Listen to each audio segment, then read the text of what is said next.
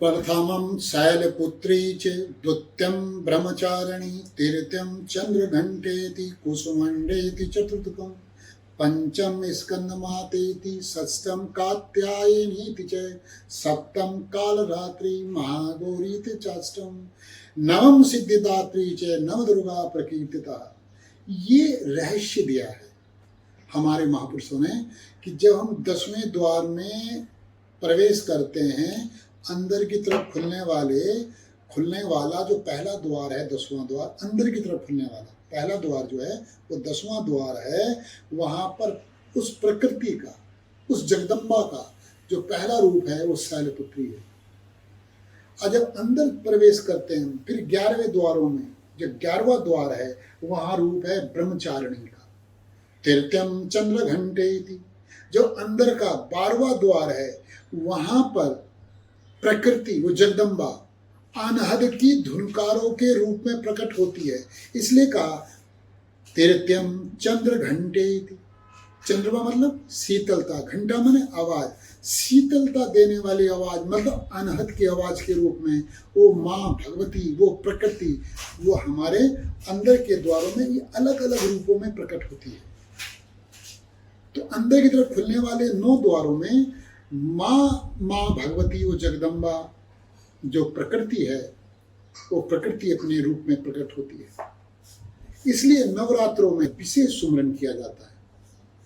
जो अंदर का रहस्य जानना चाहते हैं, अंदर की धुनकारे, अंदर के लोकांतर, अंदर ये मनुष्य का जो शरीर है 5-6 फुट का शरीर, ये बहुत विराट है। जब हम अंदर की तरफ चलते हैं तो यहाँ कई लोकांतर हैं, कई नगर डगर गांव, कई तरह की रौनक है अंदर ऐसी धुनकार है। वो धुनकार को सुनते सुनते धुनकार के पीछे पीछे हम अंदर चलते हैं और अंदर 7 नगर हैं, 7 नगर। उन अंदर के नगरों को पार करते हुए हम अकार पुरुष की सीमा में प्रवेश करते हैं और अकार पुरुष का साक्षात्कार करते हैं। जहाँ निरंतर आरती हो रही है बिना घंटे के, वहाँ ध्वनि हो रही है बिना दीपक के, बिना तेल के, बिना रुई के, वहाँ प्रकाश हो रहा है, वहाँ बिना बाजे के संगीत चल रहा है।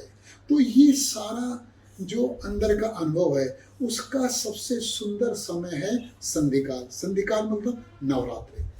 तो इसलिए कहा कि प्रकृति जो है, माँ भगवती जो है, माँ भगवती अंदर जाने में हमारा सहयोग करती है। इसलिए कहा कि प्रथम शैलपुत्री से ऐसे दर्शन है 10वें द्वार में माँ प्रकृति के। जब 10वें द्वार में हम आते हैं शैलपुत्री, जैसे पत्थर को पत्थर से चटकाएं तो कैसा प्रकाश निकलता है, इसी प्रकाश को देखकर महापुरुषों ने कहा झिलमिल झिलमिल बरसे नूर। ये 10वें द्वार का दृश्य है। ऐसा लगता है जैसे आसमान से प्रकाश बरस रहा हो, ऐसा मनोहर प्रकाश बरस रहा हो। यह है प्रथम शैलपुत्री से। इसलिए संकेत में क्या दे दिया कि प्रथम जो रूप है माँ का, उसका वाहन बैल है। सफेद रंग का बैल होता है, बैल है, धर्म है, बैल में धर्म का प्रतीक। सफेद मतलब प्रकाश, ऐसा प्रकाश जैसे प्रकाश बरस रहा हो। ऐसे ऐसे अंदर चलते हैं 11वें द्वार में तो ब्रह्मचारिणी का रूप है, वो अलग रूप है। तृतीयम चंद्र घंटे, वहाँ अनहद का रूप है, माँ का वहाँ अनहद का रूप है। तो प्रकृति हमें पिता के पास ले चलती है। प्रकृति परम माता है, इसलिए कहा भगवती, जगदम्बा कहा, शाकुंभरा कहा, वैष्णवी कहा, चिंतपूर्णी कहा, नैना कहा। ये सब माँ प्रकृति के रूप है। माँ प्रकृति हमारे शरीर में और बाहर किस किस रूप में रहती है। एक तो पेड़ पौधे और झरने, नदियाँ, ये आकाश, ये सब प्रकृति का माँ का रूप है। एक माँ का रूप हमारे अंदर और बाहर भी है। जैसे या देवी सर्वभूतेषु निन्द्रारूपेण संस्थिता नमः तस्यै नमः तस्यै नमः तस्यै नमो नमः। माँ जो प्रकृति है हमारे अंदर किस रूप में है, निन्द्रा रूप। या देवी सर्वभूतेषु निन्द्रारूपेण संस्थिता नमः तस्यै नमः तस्यै नमः तस्यै नमो नमः। निन्द्रा रूप में है माँ। दूसरा क्षुधा रूपेण, क्षुधा माने भूख के रूप में। तो माँ का सम्मान करना, नींद का सम्मान करना चाहिए। क्षुधा रूपेण संस्थिता, भूख का सम्मान करना चाहिए। तृष्णा रूपेण संस्थिता, प्यास, प्यास का सम्मान करना चाहिए। दया रूपेण संस्थिता, दया का सम्मान करना चाहिए। ऐसे नहीं कि जी बेटेम सो रहे हैं, बेटेम उठ रहे हैं, तो ये नींद का अपमान है, माँ का अपमान है, प्रकृति का अपमान है। क्योंकि माँ नींद के रूप में हमारे शरीर में विराजमान है, भूख के रूप में हमारे शरीर में विराजमान है, प्यास के रूप में हमारे शरीर में विराजमान है। आगे क्या, या देवी सर्वभूतेषु जाति रूपेण संस्थिता नमस्तस्यै नमस्तस्यै नमस्तस्यै नमो नमः। जाति, मनुष्य में 3 जातियां होती हैं, एक महिला, पुरुष और किन्नर। महिला, पुरुष और किन्नर, ये मनुष्य में 3 जातियां होती हैं। इन तीनों का सम्मान करो। या देवी सर्वभूतेषु नारी रूपेण संस्थिता, नारी के रूप में माँ विद्यमान है, सम्मान करना चाहिए। मातृ रूपेण संस्थिता, जो मातृत्व है वो माँ का रूप है, सम्मान करना चाहिए। शांति रूपेण संस्थिता, शांति रूप भी माँ का है। कांति रूपेण संस्थिता, जो चमक है, कांति, कांति रूपेण संस्थिता, शांति रूपेण संस्थिता। ये सब रूप जो है माँ के, प्रकृति के हमारे चारों तरफ, हमारे अंदर विद्यमान रहते हैं, इनका सम्मान करना चाहिए। ये हम कहते हैं हिंदू जो धर्म है ये इतना एडवांस है, इतना मॉडर्न है, इतना विलक्षण है, इतना विराट है, ये समुद्र की तरह है। जितना इसमें डूबोगे वो में रहस्य निकलेगा, रहस्य।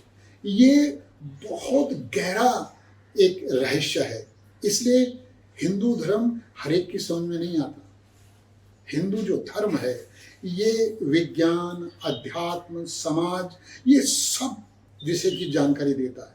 जैसे आजकल चल रहे नवरात्रे कि किस प्रकार हम जो प्रकृति है और जो अध्यात्म है, इन दोनों को मिलाकर कैसे अपना उद्धार करें, कैसे हम अंदर की धुनकारें, अंदर के नगर, अंदर का अलौकिकता जो अंदर है, इस 5-6 फुट के शरीर के अंदर जो अलौकिकता है, जहाँ अनहद की धुनकारें, इतनी मधुर मनोहर धुनकारें हैं अनहद की, मस्त हो जाओगे, मस्त झूम उठोगे, झूम।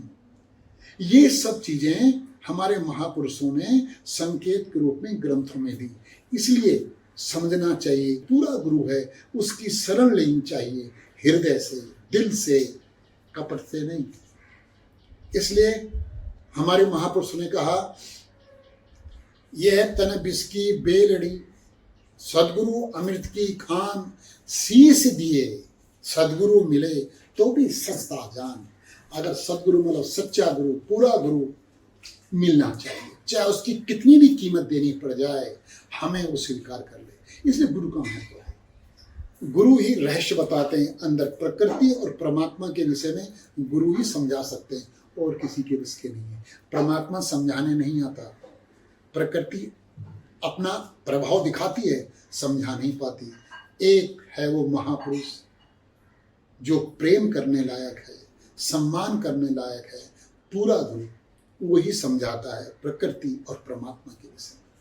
अगर हिंदू धर्म को बचाना है, इस अलौकिक प्रकाश को बचाना है, मानवता को बचाना है, मानवता मतलब हिंदू धर्म को बचाना है, तो अपने आप को ब्राह्मण, जाट, गुज्जर, दलित, ठाकुर, बनिया इत्यादि से हटाना होगा।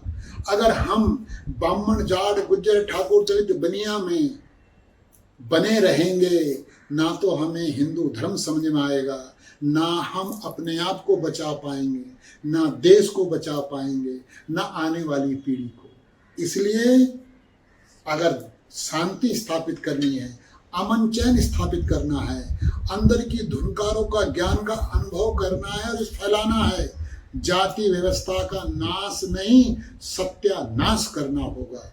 जाति मनुष्य में केवल 3 हैं, महिला, पुरुष और किन्नर, और मनुष्य में चौथी जाति नहीं है। जय मजदूर, जय किसान, जय जय हिंदुस्तान।